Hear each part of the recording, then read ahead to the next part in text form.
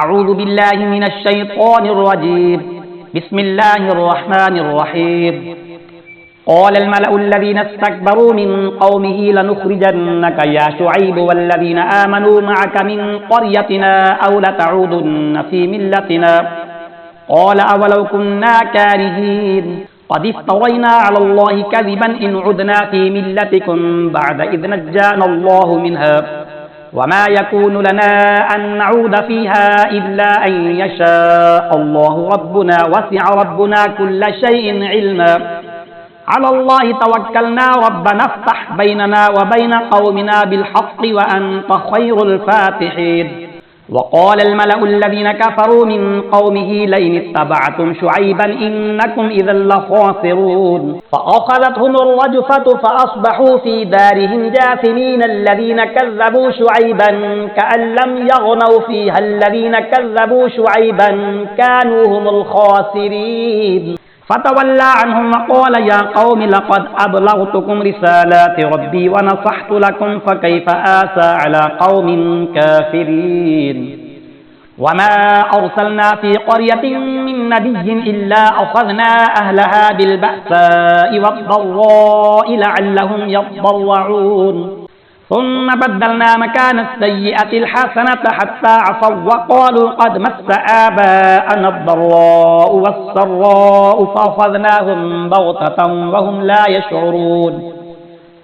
ولو أن أهل القرى آمنوا واتقوا لفتحنا عليهم بركات من السماء والأرض ولكن كذبوا فأخذناهم بما كانوا يكسبون. أفأمن أهل القرى أن يأتيهم بأسنا بياتا وهم نائمون أوأمن أهل القرى أن يأتيهم بأسنا ضحى وهم يلعبون أفأمنوا مكر الله فلا يأمن مكر الله إلا القوم الخاسرون. أولم يهد للذين يرثون الأرض من بعد أهلها أن لو نشاء أصبناهم بذنوبهم ونطبع على قلوبهم فهم لا يسمعون. تلك القرى نقص عليك من أنبائها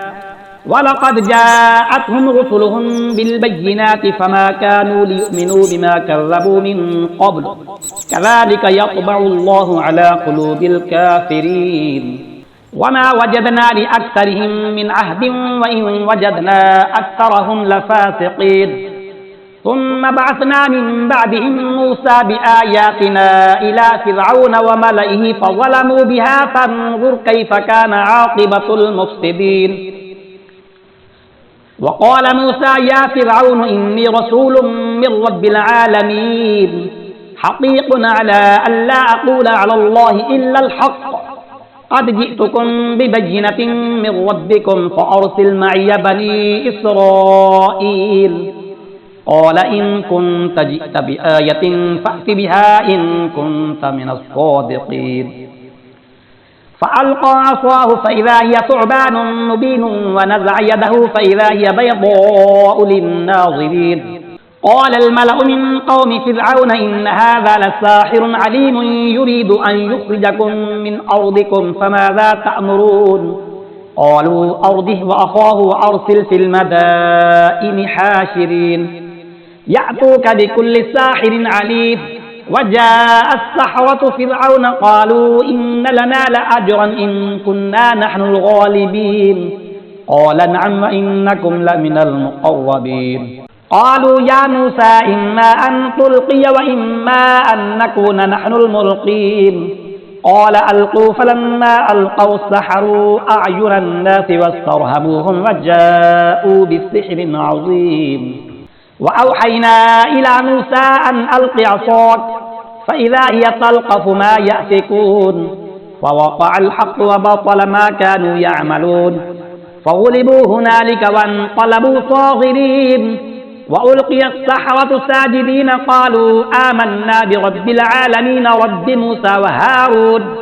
قال فرعون آمنتم به قبل أن آذن لكم إن هذا لمكر مكرتموه في المدينة لتخرجوا منها أهلها فسوف تعلمون. لأقطعن أيديكم وأرجلكم من خلاف ثم لأصلبنكم أجمعين. قالوا إنا إلى ربنا منقلبون وما تنقم منا إلا أن آمنا بآيات ربنا لما جاءتنا ربنا أفرغ علينا صبرا وتوفنا مسلمين وقال الملأ من قوم فرعون أتذر موسى وقومه ليفسدوا في الأرض ويذرك وآلهتك قال سنقتل أبناءهم ونستحيي نساءهم وإنا فوقهم قاهرون قال موسى لقومه استعينوا بالله واصبروا إن الأرض لله يورثها من يشاء من عباده والعاقبة للمتقين قالوا أوذينا من قبل أن تأتينا ومن بعد ما جئتنا قال عسى ربكم أن يهلك عدوكم ويستخلفكم في الأرض فينظر كيف تعملون ولقد أخذنا آل فرعون بالسنين ونقص من الثمرات لعلهم يذكرون فإذا جاءتهم الحسنة قالوا لنا هذه وإن تصبهم سيئة يطيروا بموسى ومن معه ألا إنما طائرهم عند الله ولكن أكثرهم لا يعلمون وقالوا مهما تأتنا به من آية لتسحرنا بها فما نحن لك بمؤمنين فأرسلنا عليهم الطوفان والجراد والقمل والضفادع والدم آيات مفصلات فاستكبروا وكانوا قوما مجرمين ولما وقع عليهم الرجز قالوا يا موسى ادع لنا ربك بما عهد عندك لئن كشفت عنا الرجز لنؤمنن لك ولنرسلن معك بني إسرائيل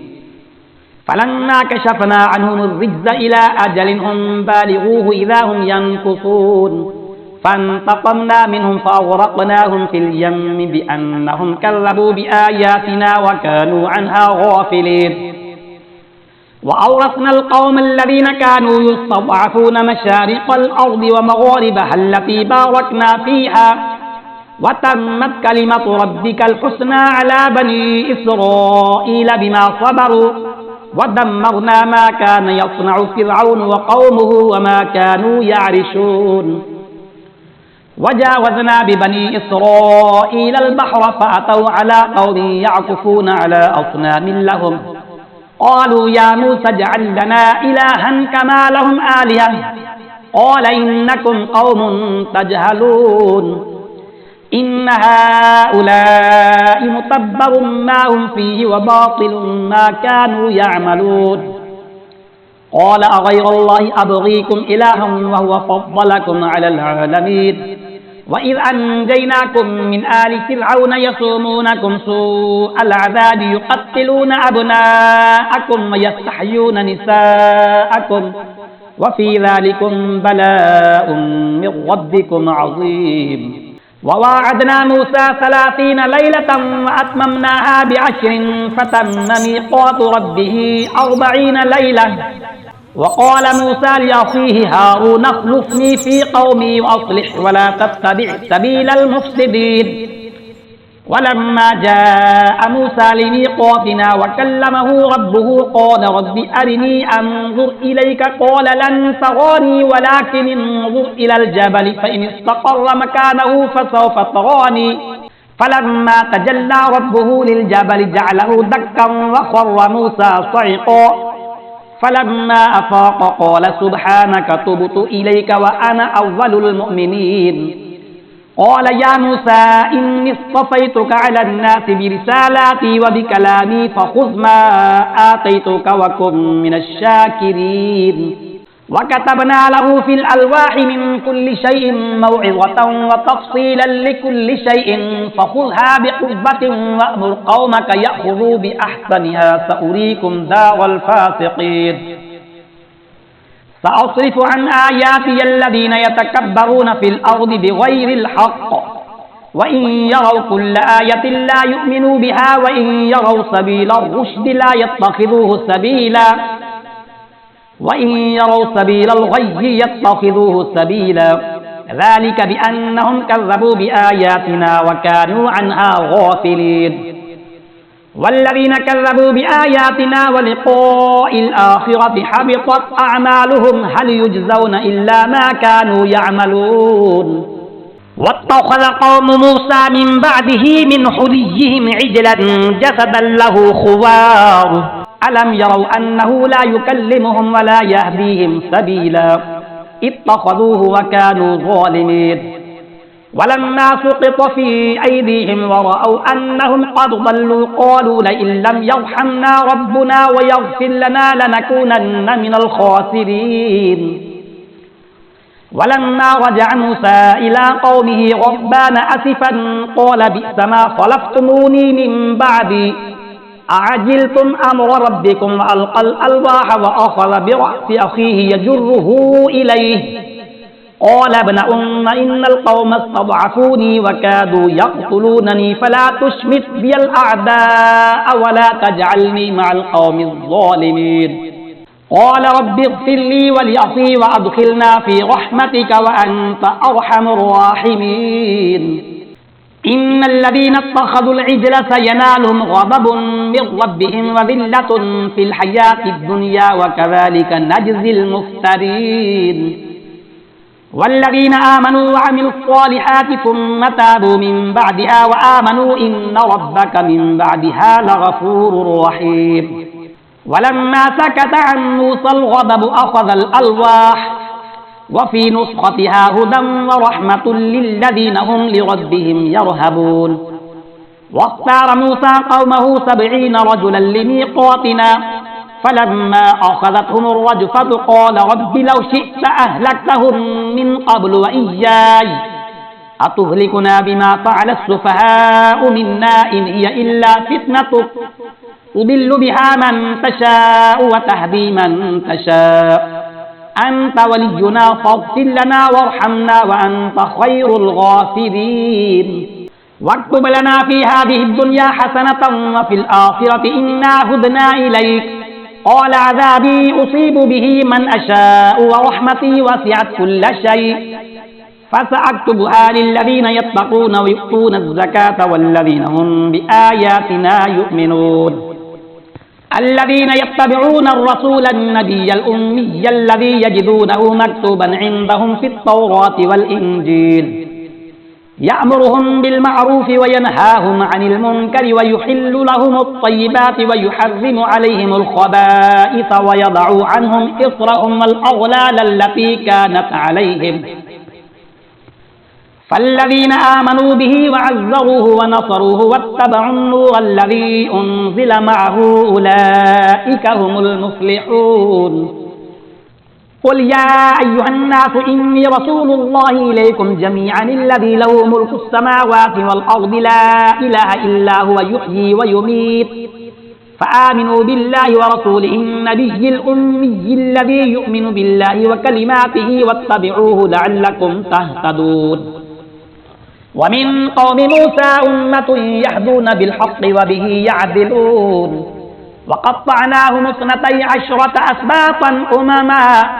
وأوحينا إلى موسى إذ استسقاه قومه أن اضرب بعصاك الحجر فانبجست منه 12 عينا قد علم كل أناس مشربهم وظللنا عليهم الغمام وأنزلنا عليهم المن والسلوى كلوا من طيبات ما رزقناكم وما ظلمونا ولكن كانوا أنفسهم يظلمون وإذ قيل لهم اسكنوا هذه القرية وكلوا منها حيث شئتم وقولوا حطة وادخلوا الباب سجدا نغفر لكم خطيئاتكم سنزيد المحسنين فبدل الذين ظلموا منهم قولا غير الذي قيل لهم فأرسلنا عليهم رجزا من السماء بما كانوا يظلمون واسألهم عن القرية التي كانت حاضرة البحر إذ يعدون في السبت إذ تأتيهم حيطانهم يوم سبتهم شرعا ويوم لا يسبتون لا تأتيهم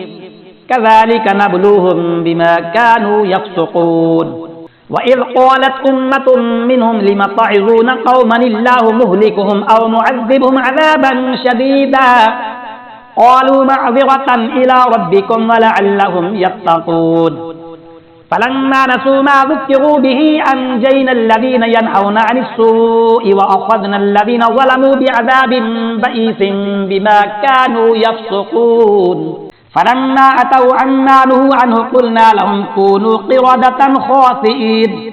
وإذ تأذن ربك ليبعثن عليهم إلى يوم القيامة من يسومهم سوء العذاب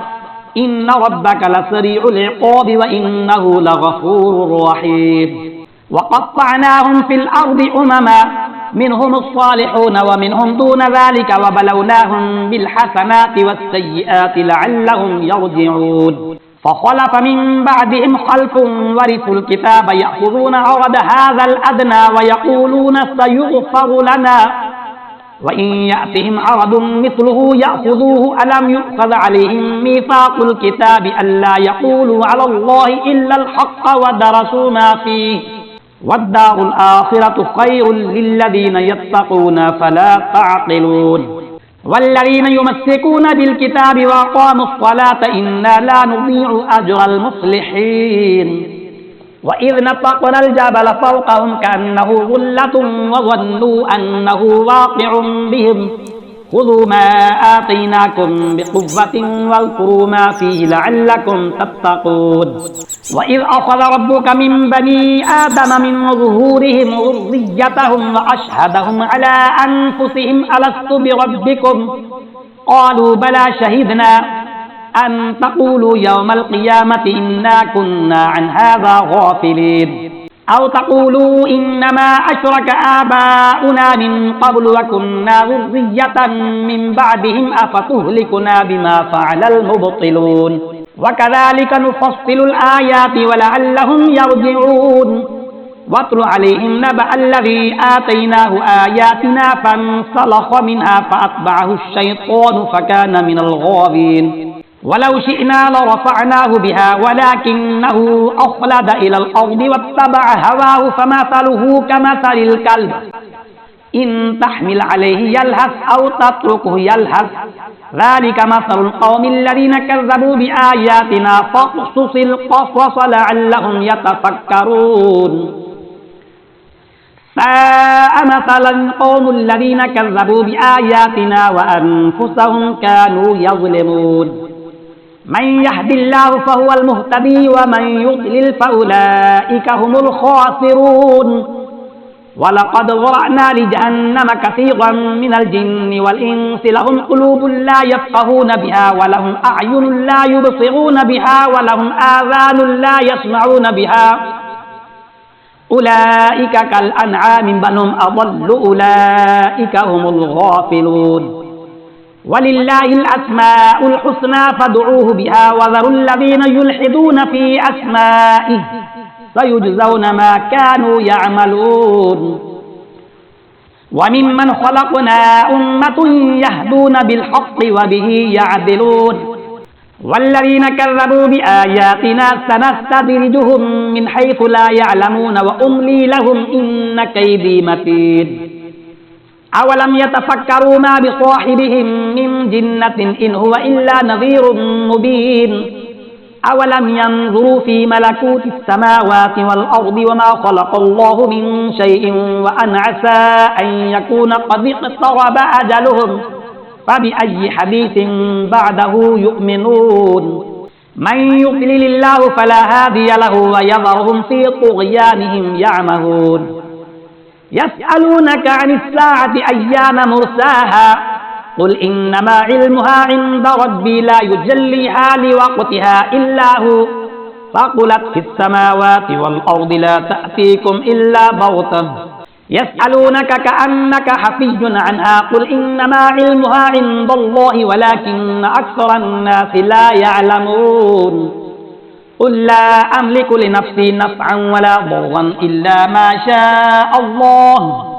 ولو كنت أعلم الغيب لاستكثرت من الخير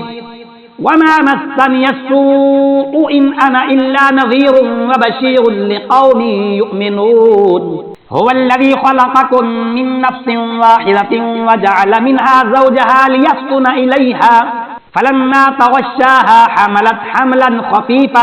فمرت به فلما أثقلت دعوا الله ربهما لئن آتيتنا صالحا لنكونن من الشاكرين فلما آتاهما صالحا جعلا له شركاء فيما آتاهما فتعالى الله عما يشركون أيشركون ما لا يخلق شيئا وهم يخلقون ولا يستطيعون لهم نصرا ولا أنفسهم ينصرون وإن تدعوهم إلى الهدى لا يتبعوكم سواء عليكم أدعوتموهم أم أنتم صامتون إن الذين تدعون من دون الله عباد أمثالكم فادعوهم فليستجيبوا لكم إن كنتم صادقين ألهم أرجل يمشون بها أم لهم أيدي يبطشون بها أم لهم أعين يبصرون بها أم لهم آذان يسمعون بها قل ادعوا شركاءكم ثم كيدون فلا تنظرون إن وليي الله الذي نزل الكتاب وهو يتولى الصالحين والذين تدعون من دونه لا يستطيعون نصركم ولا أنفسهم ينصرون وإن تدعوهم إلى الهدى لا يسمعوا وتراهم ينظرون إليك وهم لا يبصرون خذ العفو وأمر بالعرف وأعرض عن الجاهلين وإما ينزغنك من الشيطان نزغ فاستعذ بالله إنه سميع عليم إن الذين اتقوا إذا مسهم طائف من الشيطان تذكروا فإذا هم مبصرون وإخوانهم يمدونهم في الغي ثم لا يقصرون وإذا لم تأتهم بآية قالوا لولا اجتبيتها قل إنما أتبع ما يوحى إلي من ربي هذا بصائر من ربكم وهدى ورحمة لقوم يؤمنون وإذا قرئ القرآن فاستمعوا له وأنصتوا لعلكم ترحمون واذكر ربك في نفسك تضرعا وخيفة ودون الجهر من القول بالغدو والآصال ولا تكن من الغافلين إن الذين عند ربك لا يستكبرون عن عبادته ويسبحونه وله يسجدون بسم الله الرحمن الرحيم يسألونك عن الأنفال قل الأنفال لله والرسول فاتقوا الله وأصلحوا ذات بينكم وأطيعوا الله ورسوله إن كنتم مؤمنين إنما المؤمنون الذين إذا ذكر الله وجلت قلوبهم وإذا تليت عليهم آياته زادتهم إيمانا وعلى ربهم يتوكلون الذين يقيمون الصلاة ومما رزقناهم ينفقون أولئك هم المؤمنون حقا لهم درجات عند ربهم ومغفرة ورزق كريم كما أخرجك ربك من بيتك بالحق وإن فريقا من المؤمنين لكارهون يجادلونك في الحق بعدما تبين كأنما يساقون إلى الموت وهم ينظرون وإذ يعدكم الله إحدى الطائفتين أنها لكم وتودون أن غير ذات الشوكة تكون لكم ويريد الله أن يحق الحق بكلماته ويقطع دابر الكافرين ليحق الحق ويبطل الباطل ولو كره المجرمون إذ تستغيثون ربكم فاستجاب لكم أني ممدكم ب1000 من الملائكة مردفين وما جعله الله إلا بشرى ولتطمئن به قلوبكم وما النصر إلا من عند الله إن الله عزيز حكيم إذ يغشيكم النعاس أمنة منه وينزل عليكم من السماء ماء ليطهركم به ويذهب عنكم رجز الشيطان وليربط على قلوبكم ويثبت به الأقدام إذ يوحي ربك إلى الملائكة أني معكم فثبتوا الذين آمنوا سألقي في قلوب الذين كفروا الرعب فاضربوا فوق الأعناق واضربوا منهم كل بنان ذلك بأنهم شاقوا الله ورسوله ومن يشاقق الله ورسوله فإن الله شديد العقاب ذلكم فذوقوه وأن للكافرين عذاب النار يا أيها الذين آمنوا إذا لقيتم الذين كفروا زحفا فلا تولوهم الأدبار ومن يولهم يومئذ دبره إلا متحرفا لقتال أو متحيزا إلى فئة فقد باء بغضب من الله ومأواه جهنم وبئس المصير فلم تقتلوهم ولكن الله قتلهم وما رميت إذ رميت ولكن الله رمى وليبلي المؤمنين منه بلاء حسنا إن الله سميع عليم ذلكم أن الله موهن كيد الكافرين إن تستفتحوا فقد جاءكم الفتح وإن تنتهوا فهو خير لكم وإن تعودوا نعد ولن تغني عنكم فئتكم شيئا ولو كثرت وأن الله مع المؤمنين يا أيها الذين آمنوا أطيعوا الله ورسوله ولا تولوا عنه وأنتم تسمعون ولا تكونوا كالذين قالوا سمعنا وهم لا يسمعون إن شر الدواب عند الله الصم البكم الذين لا يعقلون ولو علم الله فيهم خيرا لأسمعهم ولو أسمعهم لتولوا وهم معرضون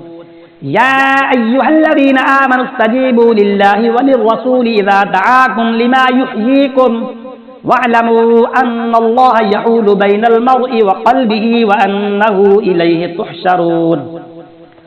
واتقوا فتنة لا تصيبن الذين ظلموا منكم خاصة واعلموا أن الله شديد العقاب واذكروا إذ أنتم قليل مستضعفون في الأرض تخافون أن يتخطفكم الناس فآواكم وأيدكم بنصره ورزقكم من الطيبات لعلكم تشكرون يا أيها الذين آمنوا لا تخونوا الله والرسول وتخونوا أماناتكم وأنتم تعلمون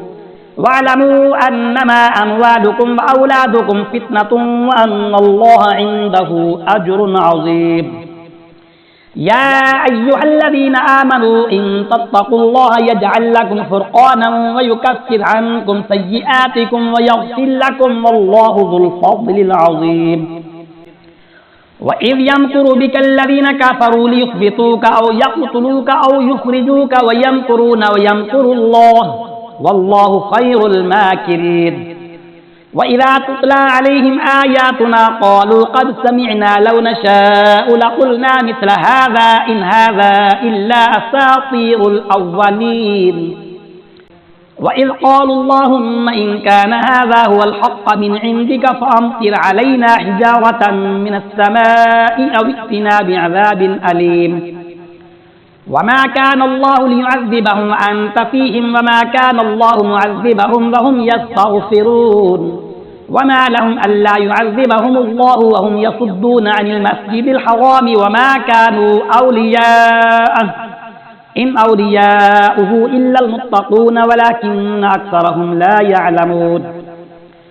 وما كان صلاتهم عند البيت إلا مكاء وتصدية فذوقوا العذاب بما كنتم تكفرون إن الذين كفروا ينفقون أموالهم ليصدوا عن سبيل الله فسينفقونها ثم تكون عليهم حسرة ثم يغلبون والذين كفروا إلى جهنم يحشرون ليميز الله الخبيث من الطيب ويجعل الخبيث بعضه على بعض فيركمه جميعا فيجعله في جهنم أولئك هم الخاسرون قل للذين كفروا إن ينتهوا يغفر لهم ما قد سلف وإن يعودوا فقد مضت سنة الأولين وقاتلوهم حتى لا تكون فتنة ويكون الدين كله لله فإن انتهوا فإن الله بما يعملون بصير وإن تولوا فاعلموا أن الله مولاكم نعم المولى ونعم النصير صدق الله العظيم.